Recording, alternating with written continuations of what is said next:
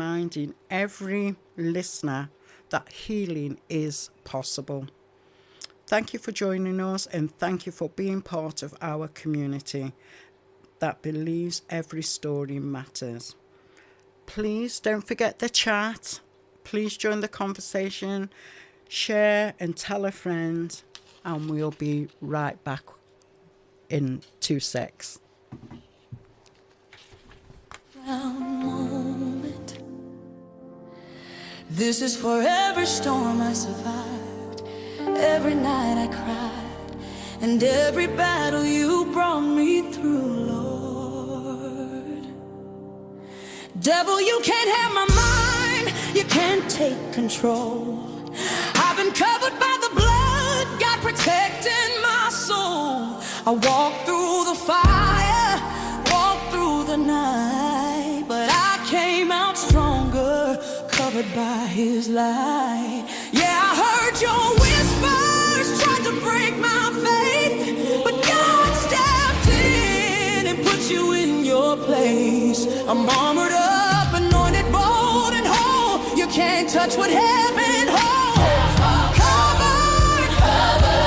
Covered by his blood. Devil, you can't have my mind, no. Devil, you can't have my soul. I belong to God. I belong to God, and I walk with the power of the Holy Ghost. This is a war cry. War cry. This is a war cry. Oh, devil, you can't have what belongs to God. No weapon formed shall prosper. Take your hands off me. Loose it and let it go. You tried to break me when the lights went low. You tried to drown me in the things I don't show, but the Lord lifted me up, kept me standing tall. When I couldn't even speak, he heard it all. You thought my silence meant you had the win, but God said touch not, then step right in. I'm covered, I'm crowned, I'm chosen, I'm free, and everything you stole, God's returning back to me. This is my war cry. War cry. This is my stand up, devil, back up, war cry. Everything you tried, it failed. Every trap you set, it failed. My mind belongs to God, belongs to God. My soul is sealed, sealed by God. Devil, you can't have my mind, no. Devil, you can't have my soul. I belong to God. I belong to God, and I walk with the power of the Holy Ghost. This is a war cry. War cry. This is a war cry. War cry. Devil, you can't have what belongs to God. Welcome back, guys. If you've just tuned in, it's your host, Curlyn Daley, with the My Gifts to You, giving voice to the voiceless right here on Blue Dot Radio. Just want to say our positive affirmation for survivors. I am not what happened to me, I am what I choose to become. My scars are proof of my strength and my will to keep going. I rise every day with courage, power and resilience. I am worthy of love, peace and a future full of hope. I survived because the fire inside me burned brighter than the storm. Each step I take is a victory over my past. I am healing, I am growing and I am thriving. I have turned my pain into purpose and my wounds into wisdom. I am a warrior with a heart full of light. I am living proof that it is possible to overcome and still shine, and still I arise. Just like to say, if anyone's got my WhatsApp number, you're welcome to contact me, and you can ask any questions on air. Also, the same with Yannick. Yeah, if there's anyone that knows me that's listening to the show, you can always ring in on WhatsApp if you want to join the conversation. Don't forget the chat, guys. Once you get the link, you click onto the link and scroll down and you'll find the chat. You can let us know that you're listening in. Join the conversation. If you have anything to add to what we're saying today, any questions or anything, just drop it in the chat. I want to send a shout out to Diamond, who's listening. He says, love your opening song. Thank you. Thanks for joining, guys. Thank you. Don't forget, don't forget you can phone in and you can leave us a message on the chat. Brilliant. Over to you. Thanks, Jan. Thanks. Well, guys, like I said, this evening is an evening of discussion. So please, please, please take part. Behind closed doors, the face of domestic violence we don't talk about. So I'd like to start by saying tonight we're talking about something that happens in homes that look just like yours, streets that sound just like yours, relationships that from the outside seem perfectly normal. When we hear the words domestic violence, most of us picture something very specific: raised voices, bruises, police sirens. And while that reality is painfully real for many people, it's not the whole story. Because abuse doesn't always leave marks you can see. Sometimes it sounds like I'm only asking because I care.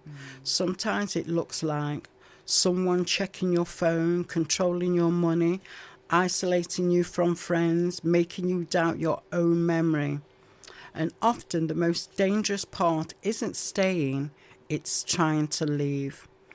Tonight is not about blaming victims, it's not about pointing fingers, and it's not about asking anyone to relieve their trauma on air.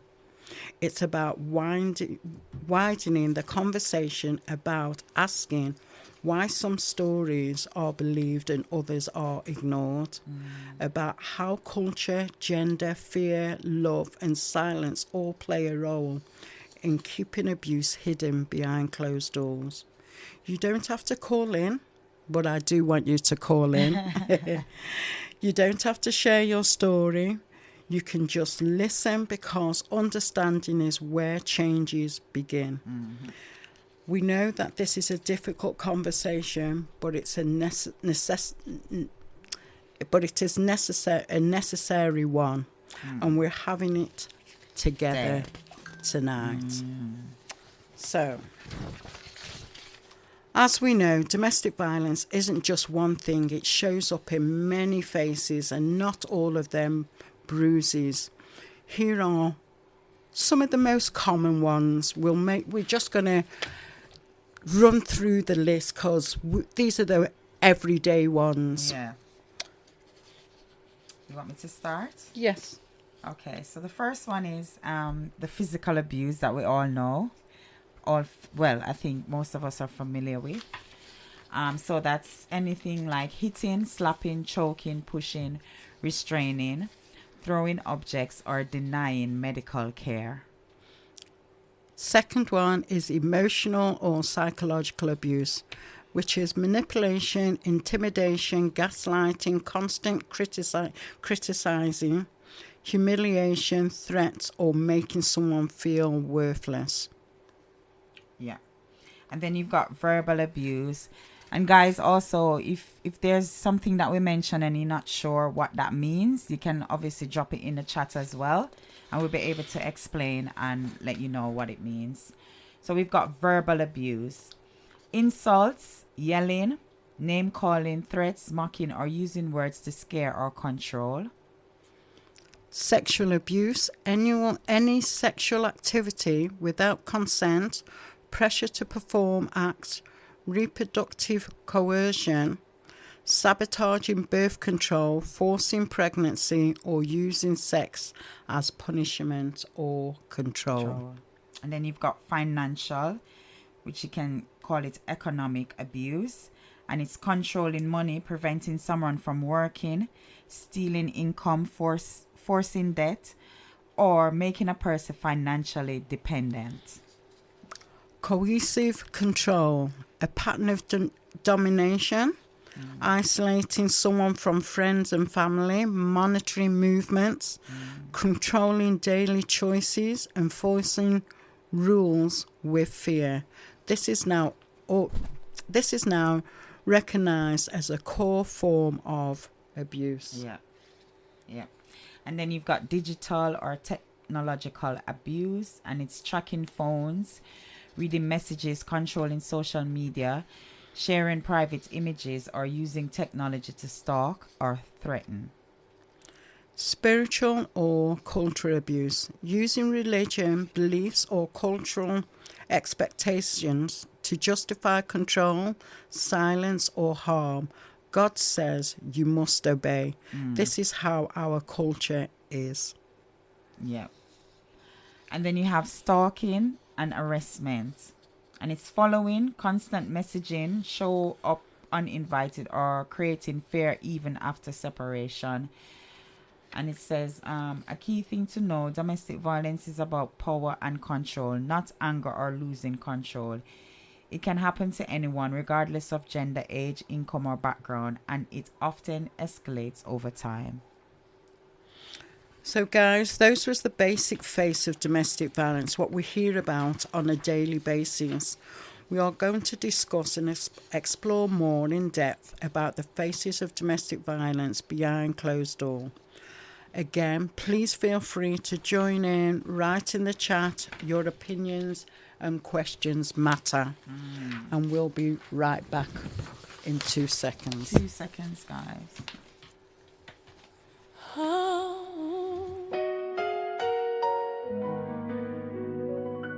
I done cried tears nobody saw. Fell down more times than I stood tall. But every time I got back up, it was grace that pulled me. So I ain't perfect, but I'm purposed. And when my time comes, Lord, I just want to make it in.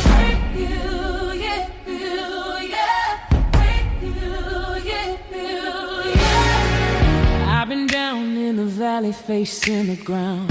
Lost my faith, but his mercy found. People talk, tried to count me out, but God wrote my story, no room for doubt. Tried to fix me with worldly things, but peace don't come with diamond rings. Now I'm trading my pain for praise, 'cause I made it through by amazing grace. I done made mistakes, but I learned my lesson. The devil had plans, but I turned my direction. Ain't looking for fame, don't need perfection. Just want my soul to pass inspection. Oh, I wanna get into heaven. When the trumpet sounds, let my name be read. I done fought through hell, but I'm still here standing. Covered by the blood, that's how I'm standing. I wanna get into heaven. Hey, not for likes, not for praise, not for show. When the gates swing wide, I just wanna hear, well done, my child, welcome home. I've been a sinner, I've been a saint, been on my knees when I could've faint. Lost my way, but he lit my path. Even when I ran, he never turned his back. Some folks smiled just to see me fall, but I heard God say, I still called you all. So I walk by faith, not by sight. By sight. And I praise his name through every fight. Every fight. You can take the world, I don't need the crown. Just give me peace when I lay it down. Lord, I've been broken, but I'm still whole. 'Cause you never let go. Never let go. When I cry. Welcome back, guys. Again, if you've just tuned in, it's your host, Curlyn Daley, with my gifts to you, giving voice to the voiceless right here on Blue Dot Radio. As you know, this evening is talking about behind closed doors, the face of domestic violence we don't talk about. So my question is, what are the faces of domestic violence behind closed doors? This is a powerful question, and the answer is deliberately uncomfortable because domestic violence doesn't have one face, it wears many, often convincing ones. And we're going to go through a list of different ones and how they come across. So the first one being the loving partner. The loving a partner who appears caring, attentive, protective. He uses phrases like, I just worry about you, or I know what is best. His control is disguised as concern. The face is dangerous because it looks like love. When we think about domestic violence, we often imagine obvious harm, but abuse doesn't always announce itself. Sometimes it arrives quietly, wrapped in affection. So you could ask, where do you think the line is between care and control? That is the loving partner. We're going to go through the list and then we're going to pick out a couple after we've gone through the list to talk more in depth. Yeah. If there's certain ones that you want us to talk more in depth about, please put it in the chat. I remember you can phone us if you've got our numbers, WhatsApp us, phone us through WhatsApp or phone if you know, and you could talk about it or expand on what we're saying. If you've got any information that you can expand on what we're saying as well, you can call in or drop in the chat. So the next one is the silent controller. So with this one, you have no shouting, no hitting. The controls money, movement, communication, decides where you go, who you see, what you wear. So it's abuse without noise is still abuse. So the silent controller, and when control is normalized as love, it doesn't need shouting to be effective. In fact, some of the most damaging abuse happens in complete silence. The silent controller, radio bite. Not all abuse raises its voice. Some of it whispers. Listener, so the question is, can control exist in a relationship without shouting or violence? What do you think? I think so. Because if you're talking about emotional abuse, when you get silent on somebody and they're not knowing what you're doing or thinking, then it causes them anxiety wondering and what they're thinking. That's right. Wondering what's going on. So I think it can exist. The next one, the charmer. Well liked, respected, such a nice person, a community leader, professional or admired friend. Victims' fears, they won't be believed. Public charm can hide private cruelty. The transition, the charmer, what makes this even harder is that the person exerting that control isn't always seen as controlling at all, at least not by the outside world. Some abusers are respected by everyone except the person they hurt. And a question, why do we struggle to believe harm when the person seems so nice? Oh, that's a question to think about, guys. Why do we struggle to believe harm when the person seems so nice? So drop it in the chat. Call us in if you want. I'm just going to take a quick break and we'll be right back. It's just something for you to think about. And the question before was, can control exist in a relationship without shouting or violence? So think about those questions. Drop it in the chat. Let us know what you're thinking, or call us and let us know. We'll be right back.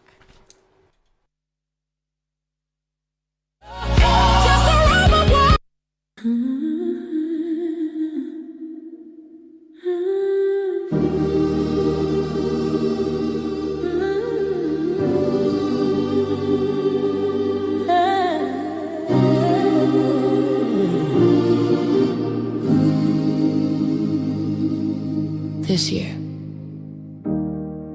I'm not walking in quiet, I'm walking in with every lesson I paid for in tears. Every boundary I built out of broken pieces. Every prayer I whispered when nobody knew I was drowning. This year, I'm not pretending I'm okay, just to make other people comfortable. I've done enough shrinking to fit inside rooms that were never built for my spirit. I've done enough bending to keep love alive that was already dying. I've done enough bleeding to prove I was worthy of being held. No more,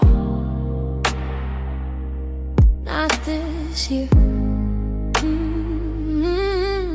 This year I'm choosing me with the same intensity I used to choose survival. I'm choosing rest like it's a birthright. I'm choosing joy like it's a medicine. I'm choosing peace like it's the only language my soul understands. If you're listening to this, if your heart feels heavy, if your spirit feels tired, if you're stepping into this new year with more scars than celebrations, come closer. Let me talk to the part of you that's been holding on by a thread. You made it, even when you didn't think you would. Even when the nights were long and the mornings felt like punishment. Even when you were surrounded by people but still felt alone. You made it, and that means something. That means everything. This year, we're not carrying old wounds into new seasons. We're not watering dead things, hoping they'll bloom again. We're not begging for love that should have been freely given. We're not chasing people who never learned how to stay. We're not explaining our worth to folks who benefit from misunderstanding us. We're not dimming our light to make shadows feel safe. This year we rise, not because life got easier, but because we got wiser. Because we got tired of breaking ourselves to keep the world from falling apart. Because we finally realized we deserve softness too. This year, we're healing out loud, we're laughing from the belly. We're crying without shame, we're loving without fear, we're forgiving without forgetting, we're honoring the versions of ourselves. Welcome back, guys. Welcome back. If you're just tuning in, you're tuning to my gifts to you. My gift. Oh gosh, my gifts to you. The Curlyn Daley Show, my gifts to you. Welcome back, guys. Yeah, okay. So we're just gonna continue with the conversation and what we're gonna go through. Oh, we've got a call. We've got a call. We've got a call. We've got a call. Hold on, guys. Yeah, hi. Hi, guys. How are you? This is Tash calling from New York. Hi, Love Tash. the show. Thank you for calling in. Hi, you're welcome. So, as to the thing you just said, as far as silence, the quiet, for me, and from the outside looking in, I feel that silent kind of abuse is the worst, because you're always left thinking, like, what's going on? What's going on here? Yeah. You know, what are they thinking? What's the next thing they're going to say? What's the next thing they're going to do? Did I do something wrong? So you're already put into that, for me, you're put into that situation where you're already on a defensive. Yeah. You know what I mean? Definitely. I don't know what you think as far as that. Yeah, that's true. Good, valid point. Thank you. Thank you for that. Yeah, that's so true, Tash. Definitely. me- Silent treatment, let because me it say does, one more because you're thing. not sure what the person is thinking, so it leaves you to overthink and it gives you anxiety. So it either causes you more pain. Yes, carry on.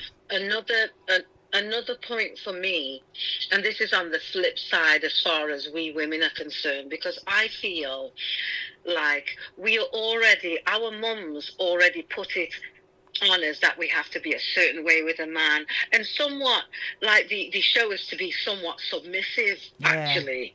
Oh, you know, appeal to his needs, make sure you have his dinner ready, make sure your house is clean, make sure. So I feel like we already are a certain way when it comes to men. So when the abuse does come in with certain people, you know what I mean, we feel like, oh wow, we got to go with this. I mean, that's how I think. I mean, I'm not sure. What do you guys think as far as that? Yeah, you're right. Definitely. Definitely. And I suppose it does take a lot for women to break away from those norms that were instilled in us as we were growing up, especially in nowadays with the busy lifestyle and how we run our homes differently from our parents back in the day. You know, they were more submissive, should I say, and ready to put the food on the table, do what they've got to do, as well as looking after the family, whereas nowadays it's not like that. So I suppose men feel that they still want that control to be able to, you know, for us to be doing those things. But valid point. Thank you, Tasha. Yeah, thanks, Tash. All right then. Thanks. All right, guys. Thanks. Bye. Thanks for calling in. And then we've got a message on the chat from Teresa. And she says, working in an A&E setting, you're on the front line in treating DV. Cultural issues plays a major part in the patients treated. This is a difficult area to address whilst treating patients. And that's valid point. Thank you, Teresa. Thank you. Teresa. Wow. Thanks, guys. Thanks for calling in. If you're just listening in, guys, that's if you know either myself or Curlyn, just call us on WhatsApp and I say WhatsApp because I know people international are listening in as well.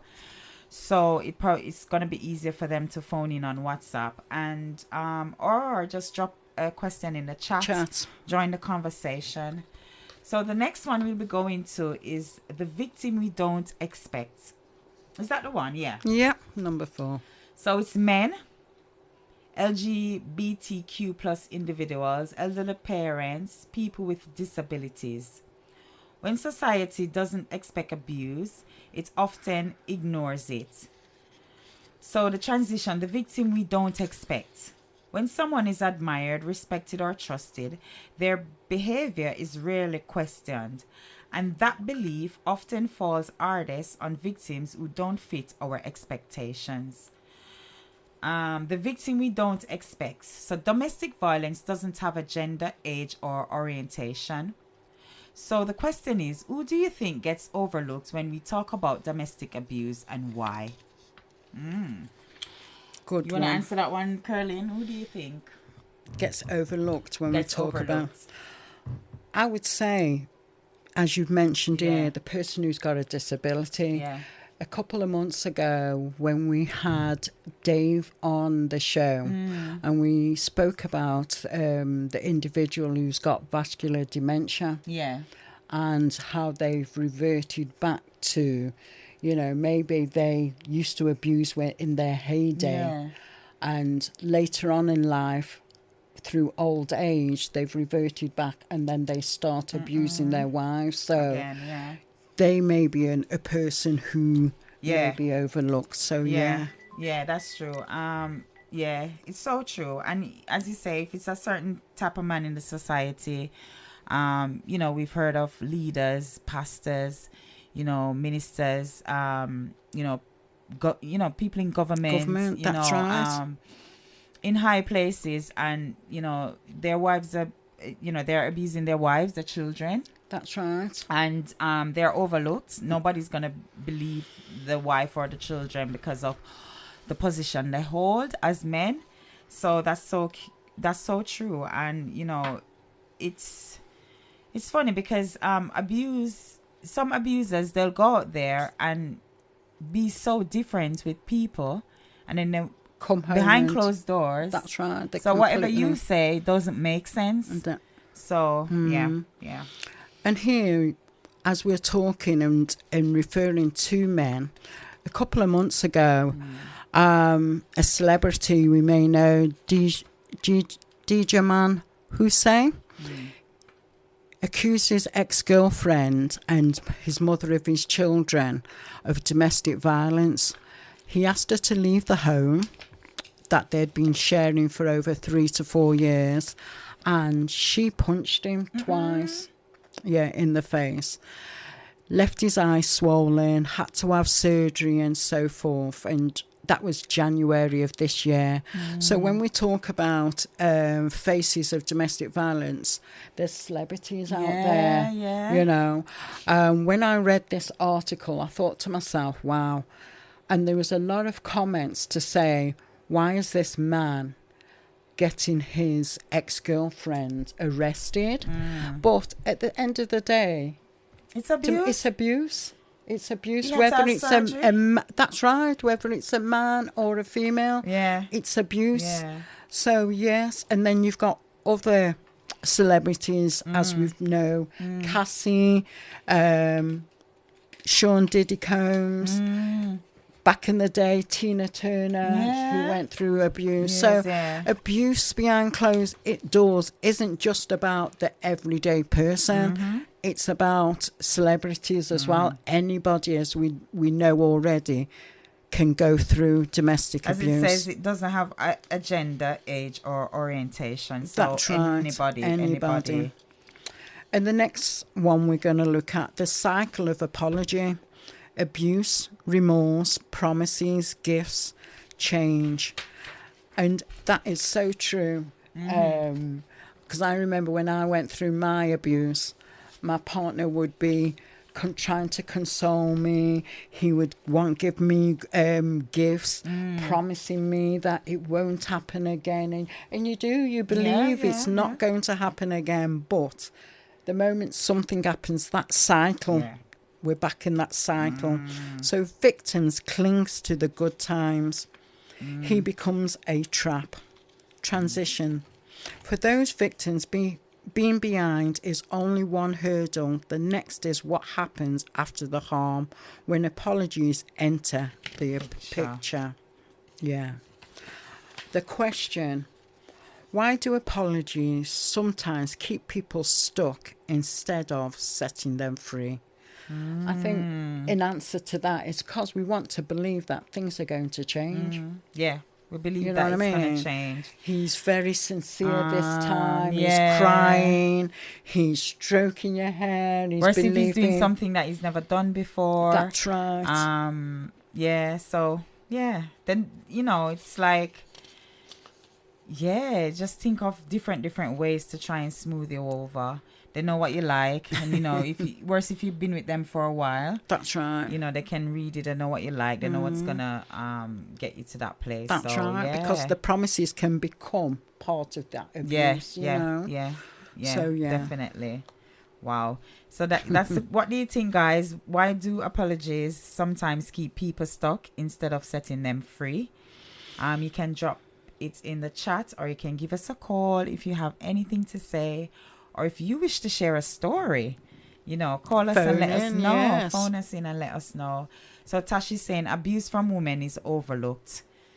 Definitely. I remember as a young girl, I used to remember coming out, going to school. And I used to remember ever so often we'd see one of the neighbors driving out with his wife. And she'd be always hitting him. They're always quarreling. And she'd just always been thumping him up and hitting him and everything. But obviously, being Jamaican and that young, it's something that you would laugh at because you're thinking, what a silly man. Because you never really understood as children as well. That's right. And you wouldn't even think it's abuse because you're thinking, well, he's supposed to be stronger, he's supposed to be able, because that's what we think abuse is about, strength, physical strength. But it's not. No. It's about, it starts mentally and, all control, isn't it? Yeah. So anonymous, somebody said, would you say once an abuser, always an abuser? No, because I believe people can change. I mean, a lot of times, I think it depends on the abuse. That's right. And if they're willing to get help. Yeah. So I don't necessarily think once an abuser, always an abuser. No. I think a lot of times, even with emotional abuse, I think sometimes people are doing it and don't even realize that's what they're doing. So I think that's why it's so important to call people out and let them know what you're doing. I don't like it, because it can be something that they do, because they've never been told that it's a problem, or they've never had an issue with it. That's right. You know, they're not realizing that this is abusive because it's affecting the other person's feelings. That's right. Yeah. And especially if they've been brought up in that environment, they see that as normal. The norm. So, yeah. Yeah, so, yeah, people can change. I think once, as Curlyn said, once you make up your mind as abuser, if you know, and you make up your mind support. and you want to get support, you can. Yeah, you can change. People can change. People can change, definitely. Thanks for you, that. Anonymous. Thanks, guys. And then we have the cultural mask. So abuse justified as discipline, tradition, or how relationships work. Silence enforced by shame or family pressure. Culture should never be used to excuse harm. So transition, the cultural mask. Sometimes those apologies are reinforced by voices around us, families, communities, tradition, telling people to endure instead of escape. and that's so true, because I remember, just before going to the other part, I remember when I was going through abuse with my first husband, and I was deciding to leave, and all I heard is, so what you gonna do? What you gonna do with the kids? What you gonna do? And I mean, like, you're expecting to get support, and even your own family member who are closest to you, the ones that you would expect to be saying, supportive. come, Yeah. you know, yeah, we support you. What you doing? They're asking you what you're gonna do, so you just leave in a position to think, well, I'm on my own, so I have to make this up, do this myself. I hear you. And that's more or less stems a bit from our caller, Tasha, what she was saying. Because, you know, our older parents would stay. Yeah, they would stay. Stay in there, stick at it. Things will get better, you know. Yeah, you must have done something wrong. Yeah. So, Definitely. So tradition should never be a cover for harm. And the question is, how do cultural or family expectations make it harder to speak out? So, yeah, because, you know, sometimes family expectations. So, as we say, they always have a face for the family, different from the face that they have for you. And you know what I've just thought as well? Maybe your husband or partner may be giving the family money or gifts or looking after them. Yeah, they're taking care. That's right. They're taking care, and that's one of the bigger things too. Definitely. Yeah. So it's hard for you they to feel obligated that you have to sit down in it. Yeah, definitely. Definitely. Definitely. Yeah. So the next one, financial gatekeeper. The person who controls the bank accounts, prevents work or education, creates dependence. Economic control keeps people trapped. Beyond social pressures, there are practical barriers too, because leaving isn't just emotional, it's often financial. So when one person controls the money, they are often control the choices. Question: is financial control taken seriously? Is financial control taken seriously enough as a form of abuse? I don't think so. Because I don't think it's taken as a form of abuse seriously, because most people think, well, it's your husband. He's paying the bills. He's the main breadwinner. So, but they're not realizing that most of these relationships, the man doesn't give the woman any money to spend for herself. She has to go to him to ask for everything. That's right. You know, and that is abuse because she's not a child. And, you know, this is the woman that's staying home, taking care of your children and you and the home that you live in. So why does she have to come to you to ask you for money, or, you know, wait until you decide to give her money to do whatever? Like, so that's right. Yeah. So definitely, I don't think at times we look at it like that. And then because she's in a position where he's the breadwinner, she finds it harder to leave because she hasn't got no savings. She has got nothing. And so, yeah, I think that one is overlooked. So now we've got the digital abuser. So what they do, they track your location. They'll read your messages, control social media. Abuse has gone online and it's always on.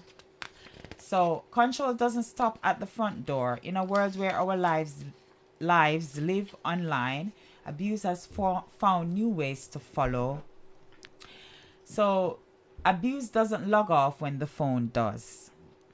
So the question is, at what point does checking someone's phone become a violation of trust?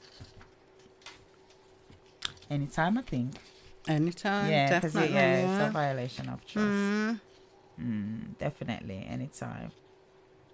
And it's funny because, you know, as we're going through the list, and like we said, domestic violence behind closed doors, the digital abuse, these are all new things, you know, like the bullying over the phone and so forth. So, yes. Yeah. These are new forms and ways. Because obviously back in the day we wouldn't have this because we didn't have technology like that. No. You So, know. yeah. Food for thought. Yeah, food for thought, guys. So if you're just listening in my tongue's tied up. If you're just listening in, guys, you're tuned into the Curlyn Daley Show. My gifts to you, right here on Blue Dot Radio. And, you know, today the topic is behind closed doors, the face of domestic violence we don't talk about. Guys, remember the chat. Come in, let us know what you're thinking. Even to just give us a shout out to let us know that you're listening in. That's right. Yeah, and if you have anything to add to the conversation, if you want to ask a question, you can drop it in the chat. Or if you're listening in and you know myself and Curlyn, just call us through WhatsApp if you're international or locally. Local. And then we can continue with the conversation. Over to you, Brilliant. Curlyn. The next one, the survivor who doesn't leave. Stays for the children, fear, finances, or trauma bonding. Faces judgment instead of support. Staying is often about survival, not weakness. So with control everywhere, emotionally, financially, digitally, the question isn't why people stay, it's how difficult it is to go. Staying isn't always a choice, sometimes it's a survival. Why do we judge people for staying instead of asking what's keeping them there?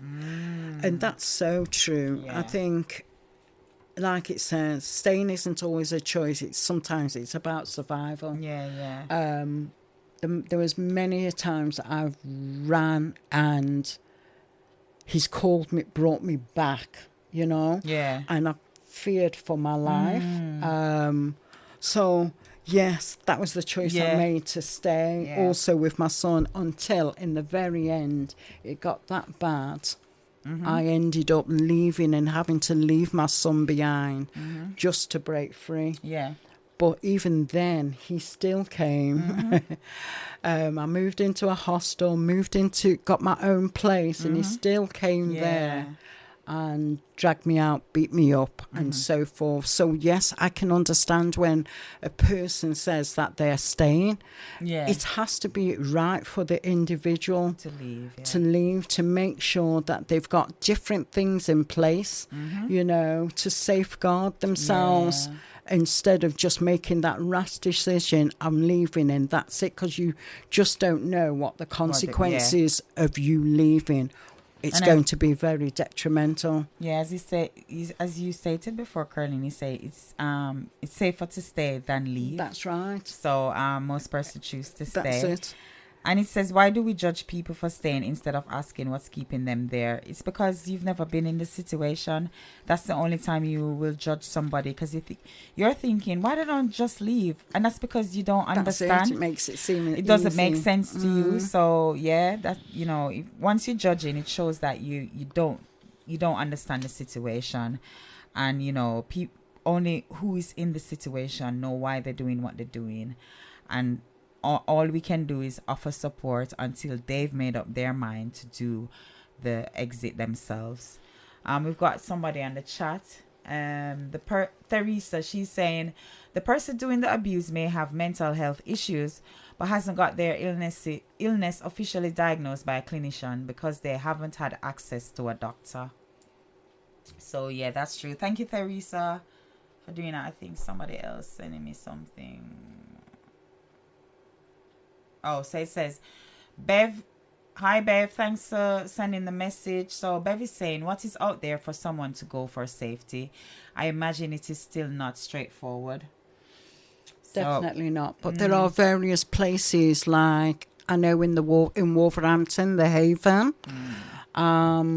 There's various places in the Birmingham area. It depends on what area you live in. There are different places that you can seek help. Yeah. And if you are in that situation, even to call ourselves, and we'll be able to signpost you on.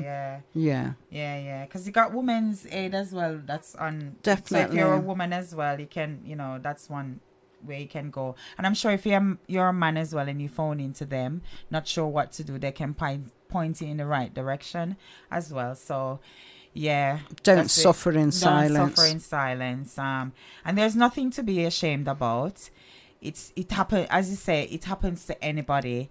Anybody can be abused, and you can be in an abusive situation and don't even realize that it's abusive. Because again, as you said, Curlyn, if you grow up like that, it's something that you're used to, so you think it's normal and you just live with it. Deep down, it's not normal because it doesn't make you feel good. That's right. But you're thinking, well, it happened with my parents. I can see my grandparents were like that, so who am I to complain?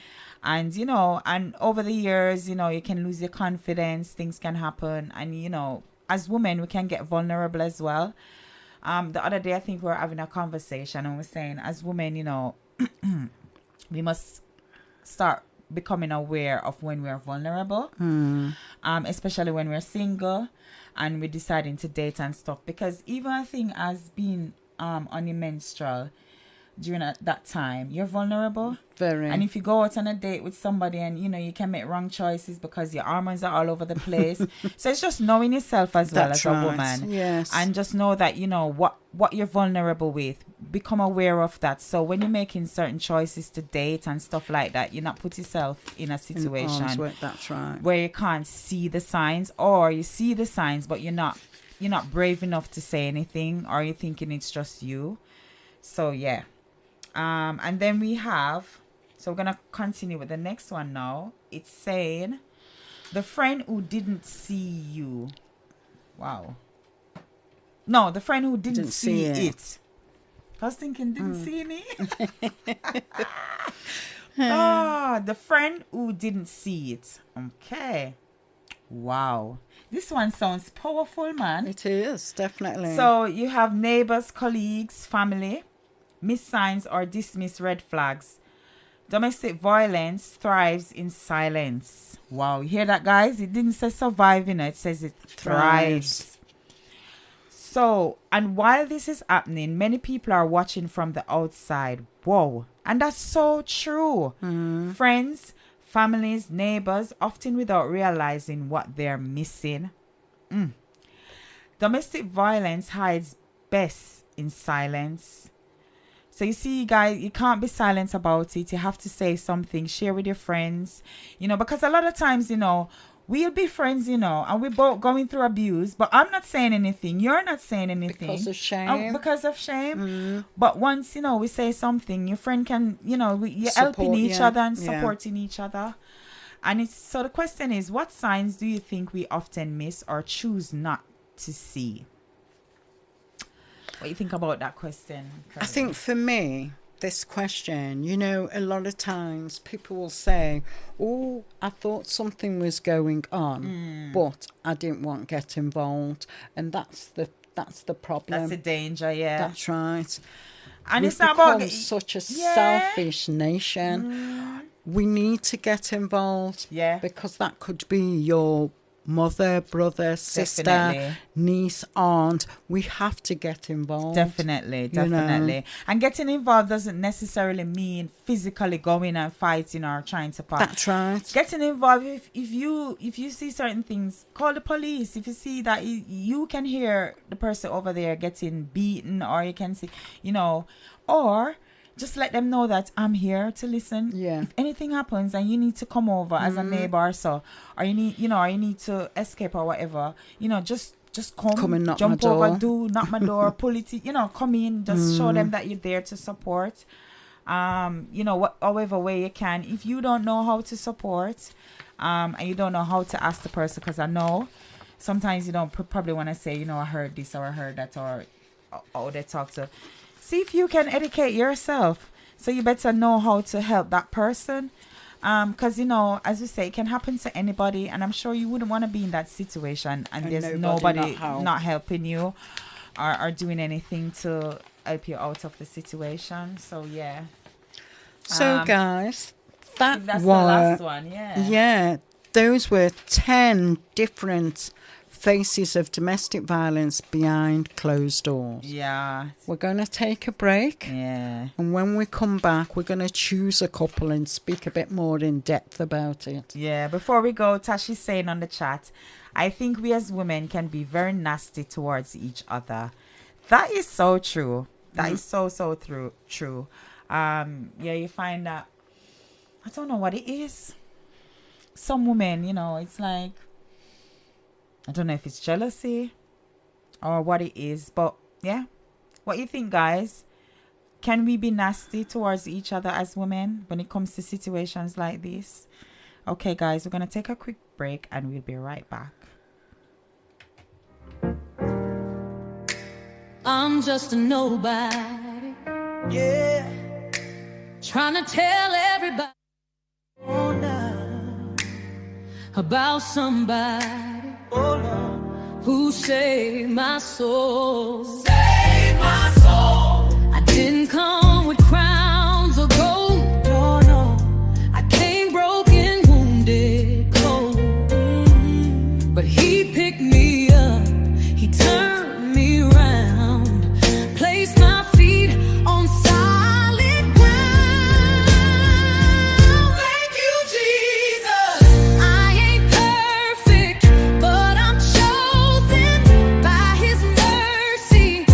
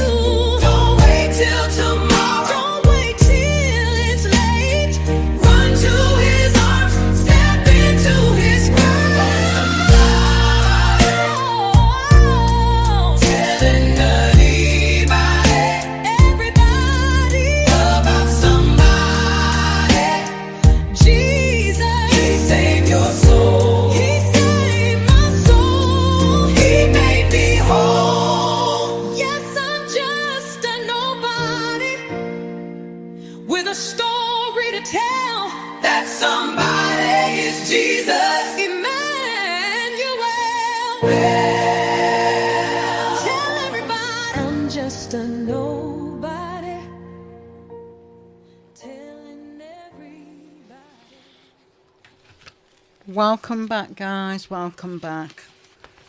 You're in tune to the Curlyn Daley Show, my gifts to you, giving voice to the voiceless.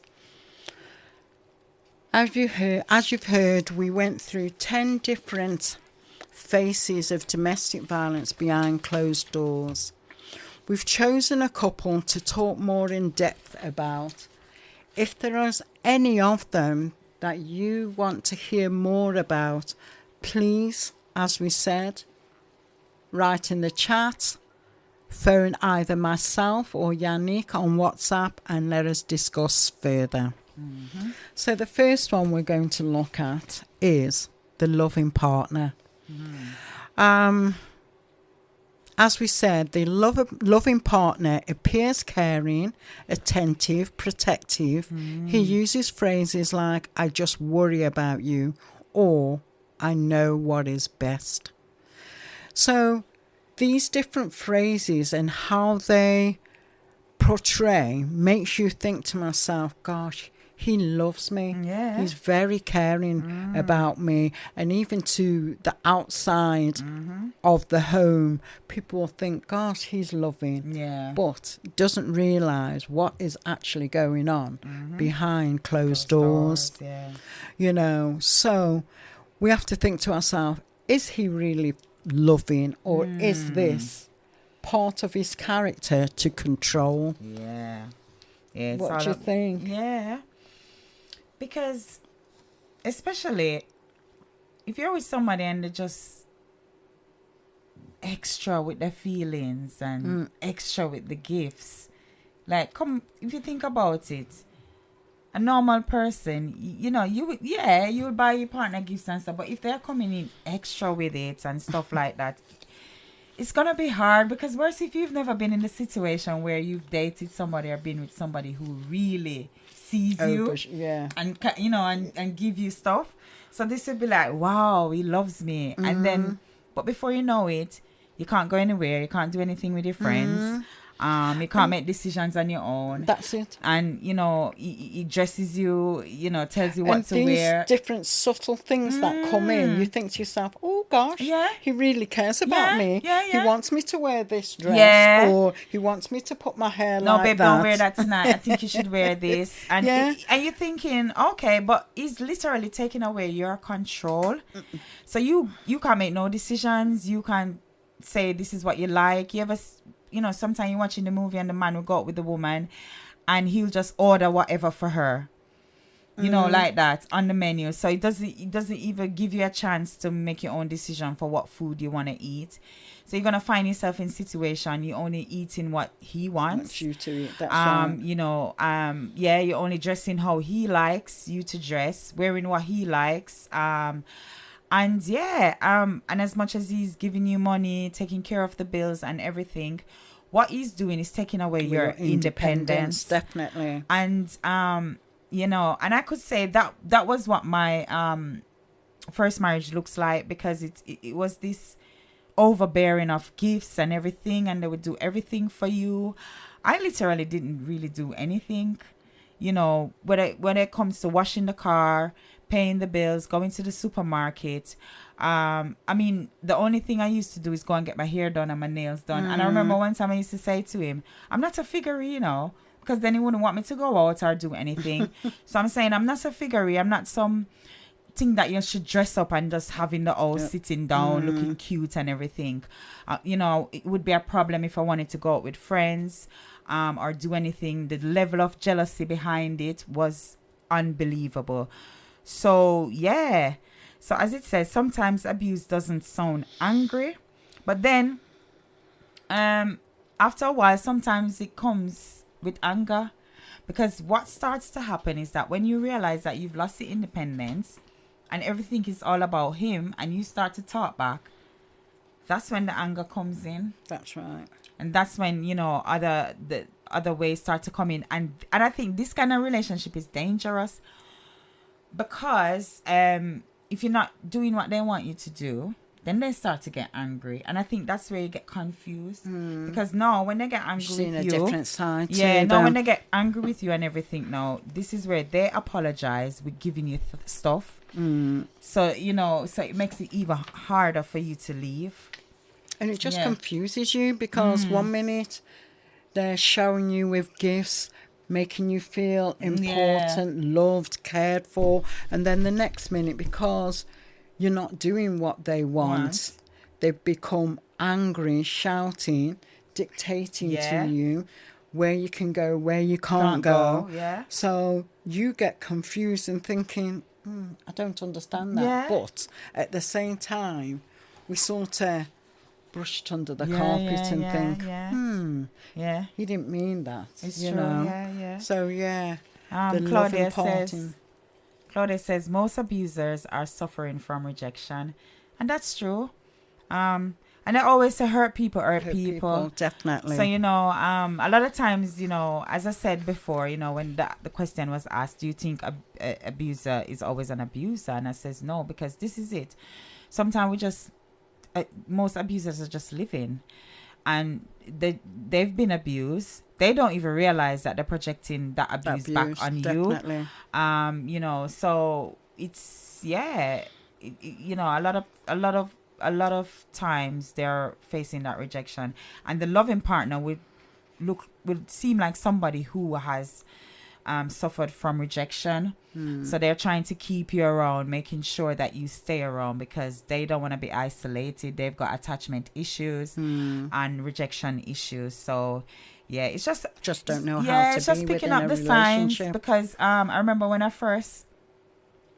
met my first husband, and we were just talking for like a month, and was like near my birthday, and he bought me a chain set, like a gold set with the chain, the bracelet, and the earrings. But I didn't know that was control because we've just met. Why are you buying me jewelry?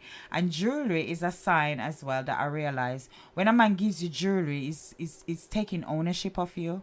So it's like, because you know, once he gives you the jewelry, you're wearing it, so it's almost like an ownership of you as well. So it's just picking up those things, and it's really hard because you're thinking this person really cares for you. I've never heard that one, Jan. With the jewelry. With because the jewelry, because remember, jewelry is expensive for a man to be spending. Yeah. Jewelry on you, showing ownership. He's already spent a certain amount of money because it's not cheap. It's not like you pick up something from the whatever store. It's a proper gift set, actual jewelry. So when they're buying you earrings and stuff like that, it's showing ownership because you're my woman. That's it. So they show ownership with that. And you know, if you're not careful, this is what happens.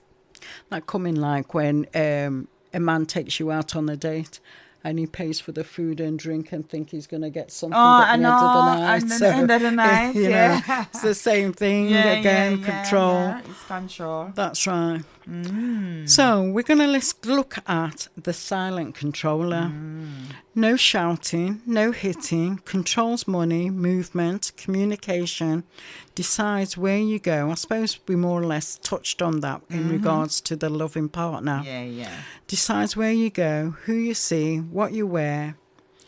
But abuse without noise is still abuse. And that question was, can control exist in a relationship without shouting or violence? Yeah. And yes, it can.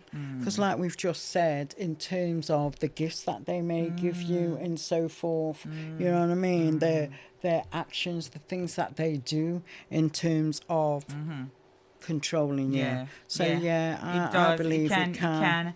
And I think that's the worst form of abuse.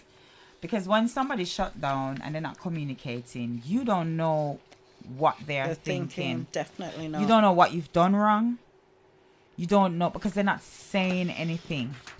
So, and again, that's a form of control because they're controlling your emotions, how you're feeling. You know, it's, and that for me is so deep as well because that's it. Because you're walking around on eggshells, trying not to do or say anything, and you try to do everything. That's right.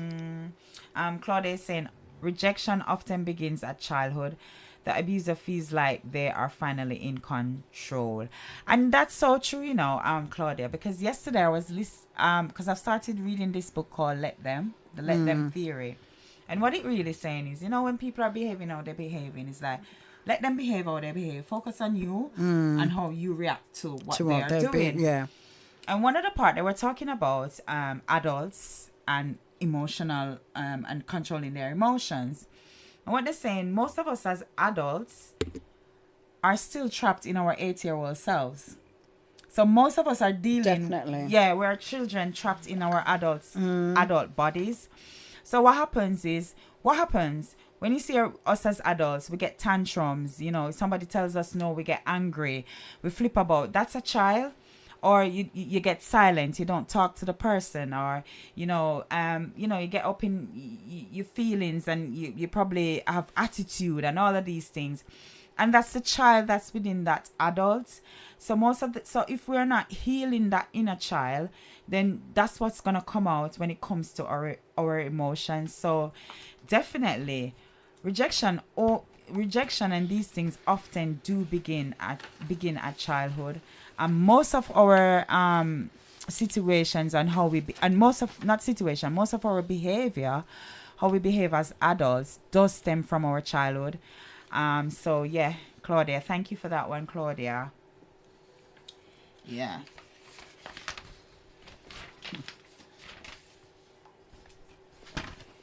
What's the next one we're gonna do? The cultural mask. I think that's a very powerful one, and there's various different cultures listening in. And I would say abuse justified as discipline, tradition, or how relationships work, silence enforced by shame or family pressures. And sometimes these apologies are reinforced by voices around us, families, communities, traditions, telling people to endure instead of escape. And our question for that was, how do cultural or family expectations make it harder to speak out?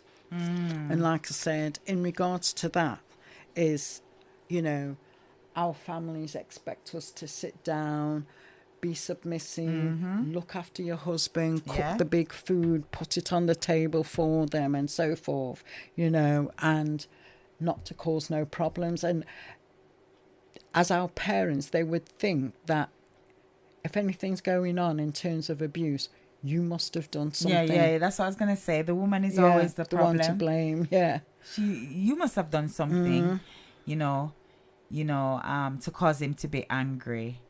And, you don't have to do anything to cause them to be angry. And that's what normally happens when it comes to the cultural thing. So, justified as discipline, tradition. So, again, the tradition is, you see your mom. That's right. How she takes care of your dad.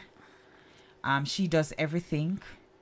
Imagine as a woman and a man is there with you, because I've seen this where the woman is with the man and she does everything. She cleans, she wash, she cooks his food, and all he does is just sit there and just complain and just make a fuss of everything. And then what that does, imagine as a woman you're doing all of that for somebody who doesn't appreciate it. So what that does, it causes you to lose your confidence. It causes you to be in a place where it's quite damaging to your emotions and your feelings, and it can isolate you too as well, because you probably don't want to be going anywhere, doing anything with anybody, because if your husband isn't appreciating you, or because you're in a situation where you're always doing things at home. You have some culture where you're having to live with the in-laws as well. That's right. Yeah, so you're living with the in-laws, and so you have to be. So if your husband is doing you something as well, you can't even say anything to anybody, because you're not sure how they're going to react, because you're in that household. And it's always a case where you have the pressure as a woman to always apologizing, always having to make sure that this man feels good. So, okay, so when are you going to let me feel good as a woman? And even this is where somebody touched on submission earlier on. And I think what some men don't realize is how you treat a woman is how she submits to you. Submission is quite easy. It's just you as a man having to play that part and treating that woman a certain way so that when she submits, she doesn't even have to think about it. But nowadays, submission comes out like a duty. You feel like it's a duty, like you have to do it, because if you don't do it, I'm not going to be regarded as a wife. If I don't do it, people are going to think that, I'm no good. So, yeah, what do you think, Curlyn? Yeah, exactly. I hear you. Boy, I don't even know what to say. I mean, have you ever been in a situation your family members encouraging you to stay, or a friend? No. No. Once my family found out about the abuse, they were mad to even know that I had put up with certain behaviour. Yeah. And that comes down to fear, And at the time, I didn't have... my family wasn't living in the same area. And because of the threatening behaviour from the abuser, I was too scared to tell my family to get that help and support. But once they knew, they were there. They were very supportive. So yeah. And the thing is, the two ones as well, the loving partner and the silent controller. Those two your family members are seeing this man taking care of you. He does everything. He takes care of you. And as you say, a lot of times he's taking care of the family as well. And so when you're in that situation, you'll have family saying to you, but he takes care of you. At least he's not putting his hand on you. At least he's not kick and box you down. All these foolishness. I'm not realizing that you're broken. You're broken as a person because it's what's on the inside. Because if it was physical, at least that you could people could see it and help you out, and the evidence see the is bruises there. And so forth. And it's only those situations, only if you're in the situation and have experienced the situation, do you understand what it means. Otherwise, from that, you don't get it. So even that situation as well. And if it's a partner, that the silent partner, because your family don't see him arguing with you or picking the fight. He's a quiet person, that's right. He don't even say nothing. So what you mean, and all these things. So it's difficult to believe. It's difficult, especially with the family. So I've just thought of another person behind closed doors. It's the children. Oh, yeah. The children.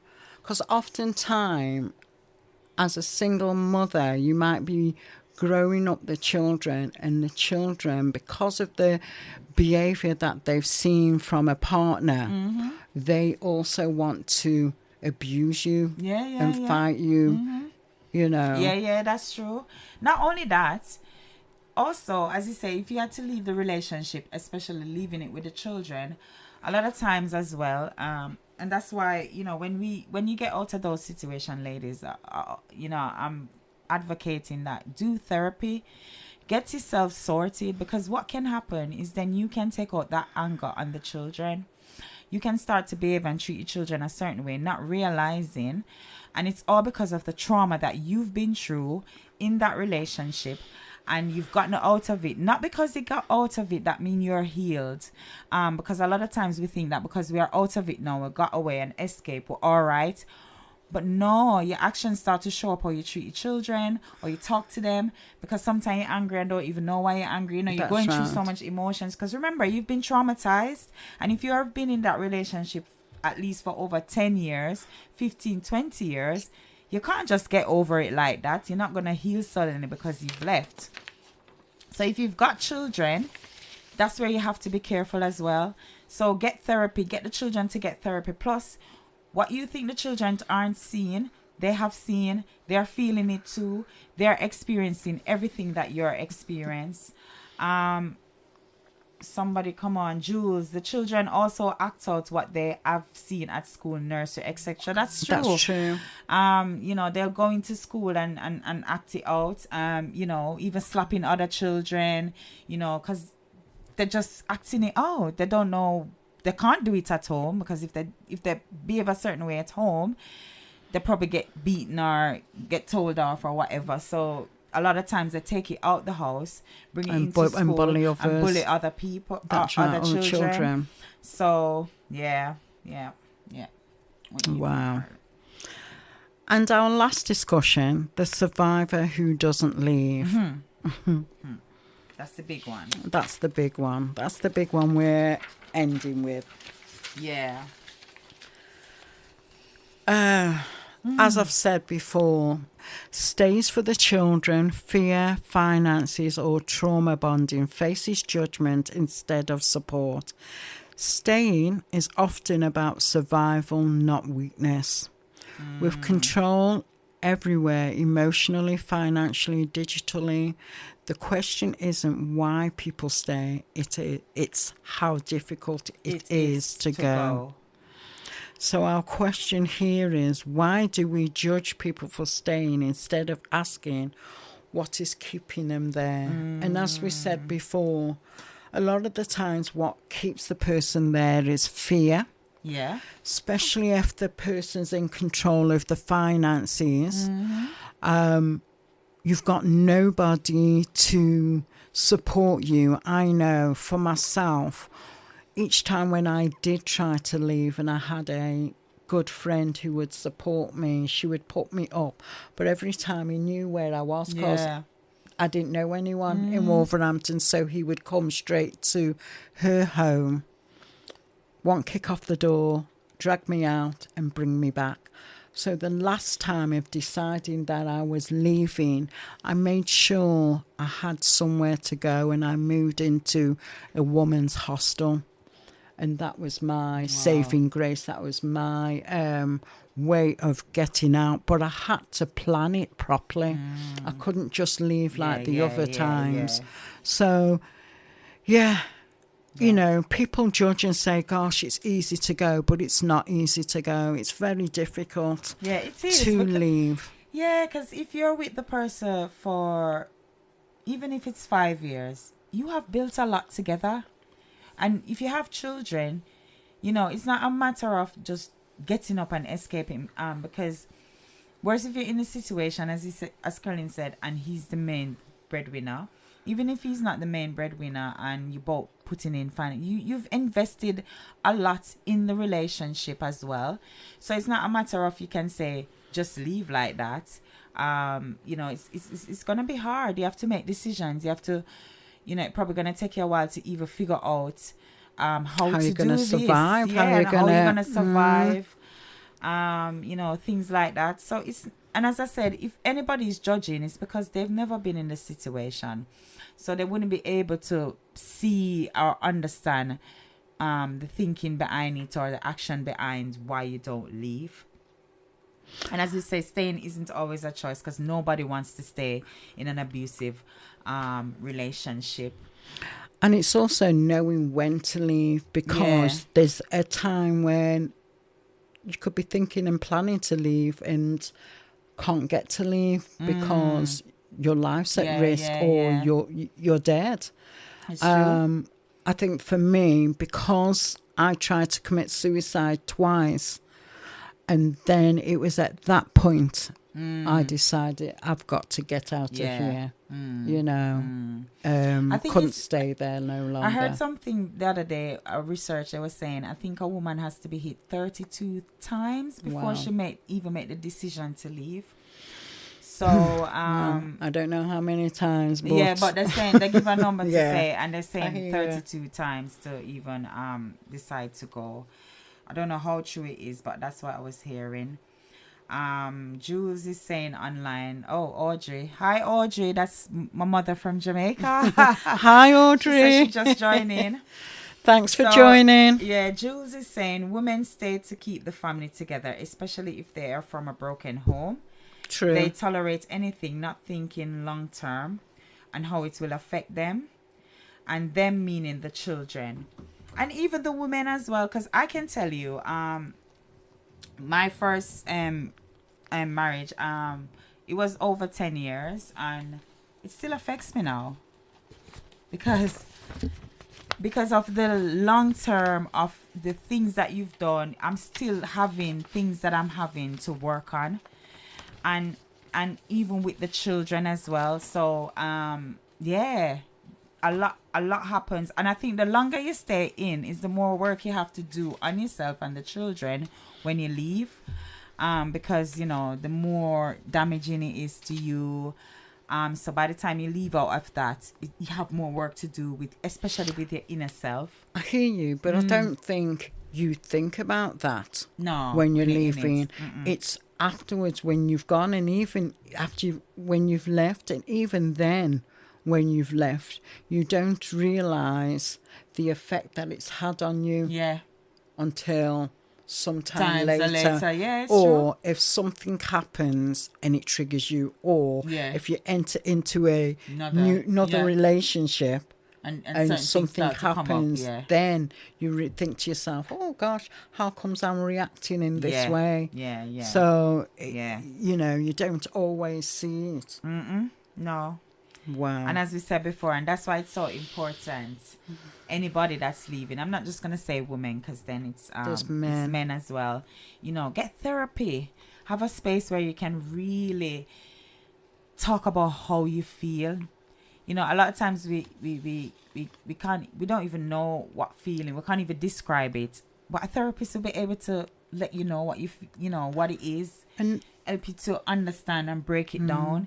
And it's just that space for you to really let out. It's with somebody that you don't know. It's not going to go anywhere. It's confidential. So yeah, it's that space. And I also think as well, it's finding you again, your identity. Yes. Who are you? And understanding who you are, and owning you. You know what I mean? So yeah, it's finding you, because you get lost in it all. Definitely. Thanks, Jules. Thanks for sharing. Wow. What a wonderful, lovely conversation. I know. Very informative this evening. Yeah. Thank you guys for coming on. We're coming down to our close, and just want to say thank you. But before we go, a bit of reflection on closing. Because domestic violence doesn't just exist between two people, it exists in the spaces where we stay silent, look away, or tell of ourselves it's not our place. Domestic violence doesn't look like monsters. It looks like people, partners, parents, carers, and sometimes people we trust. When we opened tonight, we said that domestic violence happens in homes that look just like yours, on streets that sound just like yours, in relationships that from the outside seem perfectly ordinary. And over the past hours or so, we have heard why that is, because domestic violence doesn't always arrive as chaos. Often it arrives quietly, as control, as isolation, as fear, disguised as love. We talked about the faces we don't always recognise, the charming partner, the silent controller, the victim no one expects, the survivor who doesn't leave.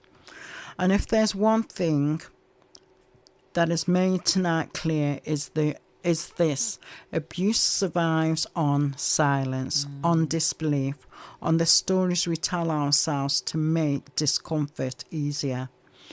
Listening, really listening, is one of the most powerful things that we can do. Listening without judgment, without asking why someone stayed or why they didn't speak sooner. Because leaving isn't a moment, it's a process, and understanding is often the first step. No. If this conversation made you think differently about your own relationship, about someone you care about, or about how we talk about abuse, then it's done something important. And if it stirred something personal, you don't have to carry that alone. Support exists, help exists, and you deserve safety in your home, in your relationship, and in your life. Domestic violence doesn't have one face, but awareness has one direction: forward. Yeah. Again, guys, thank you for listening. Thank you for staying with a difficult conversation. And thank you for helping to bring what happens behind closed doors into the light. So, thank you. Yeah, and Claudia left a message on the chat. She says, one of the issues is that we are a people who do not communicate. And it's so true. So true. Do you know so why? true. Because we've been brought up to shut your mouth, to, stop chat your business. Yeah. That's right. So it's difficult. Yeah, it's but difficult to communicate. Yeah. Even amongst friends, it's difficult. Definitely. And, and I'm not going to sit here because and I'm going to be innocent. There are situations that I've seen, and because I don't understand it, a certain type of abuse, you think, why? We tend to jump to that. But then it's just pulling back, guys, and just thinking, you know what? At the end of the day, I don't know why, but I'm not going to be opinionated about it or anything. I'm just going to be here to listen. So if it's a friend, a colleague, or somebody sharing with you, it's just to listen. Just to listen. Because sometimes that's all somebody needs, is to know that there's going to be somebody who's going to be listening in. God bless you too, Jules. And I say, love this topic. Thank you. Thank you, everyone, for joining in. So can I just add, my gifts, Giving Voice to the Voiceless, is here every Wednesday of the month. We create a safe and supportive space for women and men to share their stories of domestic violence, survival, healing, and hope. So if anyone's out there who would love to share their story, whether anonymously, participation is available. Please contact me. You've got my number. We'll also put my number in the chat. And we'll take it from there. Yeah, thanks, guys. Thanks. Claudia says, great show, ladies. Thank you, Claudia. Thank you, Claudia. Mags, missed the beginning. Look forward to listening in on YouTube. Brilliant. No problem. We'll definitely be sharing out the recording. And guys, don't forget, the show is on YouTube and it's called The Curlyn Daley Show, My Gifts to You, with the letter U at the end. Subscribe, to the channel, show some support. And let we look like we're doing something, and when we share out the recording to you personally, share it to others. That's right, definitely. And if you find it interesting and if it has blessed you, it's gonna bless somebody else. So just share it so that we can do it. Oh, Claudia says she's listening in from Jamaica. Oh, Claudia. hi.